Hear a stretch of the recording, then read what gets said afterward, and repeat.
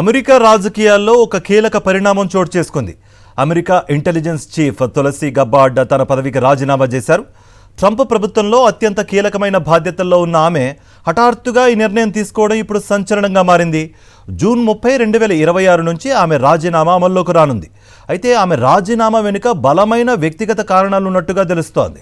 Donald Trump నేతృత్వంలోని America ప్రభుత్వంలో director of national intelligence గా ఉన్న తులసి గబ్బార్డ్ తన పదవి నుంచి తప్పుకుంటున్నట్లు ప్రకటించారు. ప్రెసిడెంట్ ట్రంప్కు రాసిన రాజీనామా లేఖను ఆమె సోషల్ మీడియా వేదికగా పంచుకున్నారు. తన భర్త అబ్రహం తీవ్రమైన అనారోగ్య సమస్యతో బాధపడుతూ ఉండటమే ఈ నిర్ణయానికి ప్రధాన కారణమని ఆమె పేర్కొన్నారు. ఆమె భర్తకు అత్యంత అరుదైన బోన్ క్యాన్సర్ ఉన్నట్లు నిర్ధారణ అయిందని, ఈ క్లిష్ట సమయంలో భర్తకు అండగా ఉండేందుకే తాను పబ్లిక్ సర్వీస్ నుంచి తాత్కాలికంగా తప్పుకుంటున్నట్లు గబ్బార్డ్ స్పష్టం చేశారు.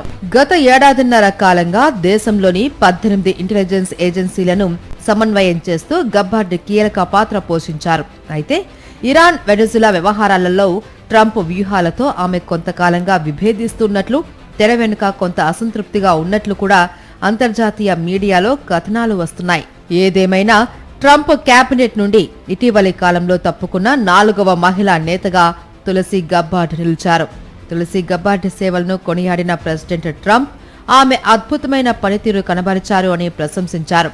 ఆమె స్థానంలో ప్రిన్సిపల్ డిప్యూటీ డైరెక్టర్ అరోన్ లూకాస్ తాత్కాలిక DNIగా బాధ్యతలు చేపట్టనున్నారు.